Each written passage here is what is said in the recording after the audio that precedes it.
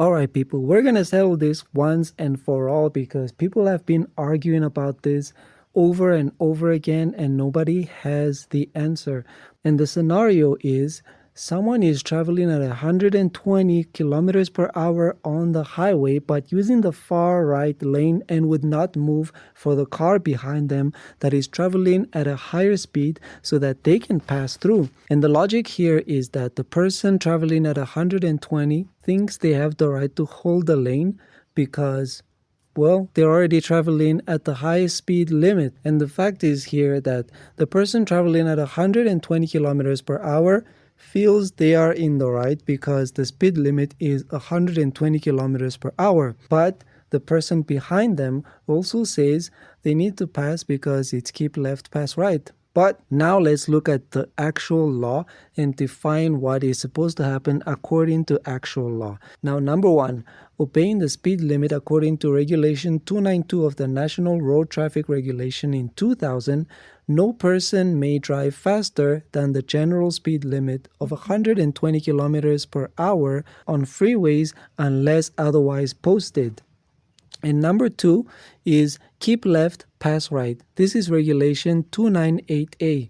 On a freeway, a driver must keep to the left side of the roadway and may only use the right-hand lane for overtaking unless traffic congestion or road signs dictate otherwise. So according to these two laws, you are legally not required to facilitate illegal speeding as the person driving at 120 kilometers per hour because you're already at the maximum allowed speed, but at the same time, you are also not allowed to hog the right lane indefinitely. The law's intent is that the right lane is for overtaking only, not cruising. So if you're thinking you are in the right, I'm sorry, you're not. And I know this because this used to be me, and that's why I had to really look at the law and question whether I was in the right or not. But turns out I was wrong, because that used to be me. And this is also for you. If you're overtaking a slower car on the left, you may temporarily be on the right lane at 120 kilometers per hour because that's legal. But once you've completed your overtake, you should move back to the left. And if you're simply cruising in the right lane at 120 kilometers per hour with an empty lane on the left, then technically you are in the wrong. Even if the car behind you is speeding. The car behind you is also in the wrong, but their offense of speeding does not cancel your duty to keep left.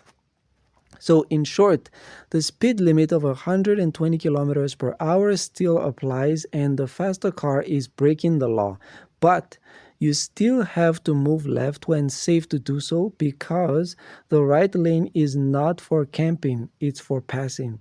In practice, the South African Police Service and traffic authorities often enforce both laws, and they fine speeders for exceeding 120 kilometers per hour and also lane hoggers for not keeping to the left. So you're both wrong, you're both right, but at the end of the day, if you really want to obey the law, what you want to do is go to the left and let the lawbreaker break the law on his own without your assistance.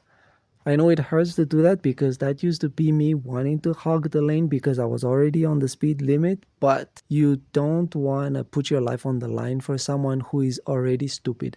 If someone is an imbecile, allow them to be the imbecile they are and find out the hard way. Yeah, that's pretty much it. If someone wants to break the law, let them break the law on their own.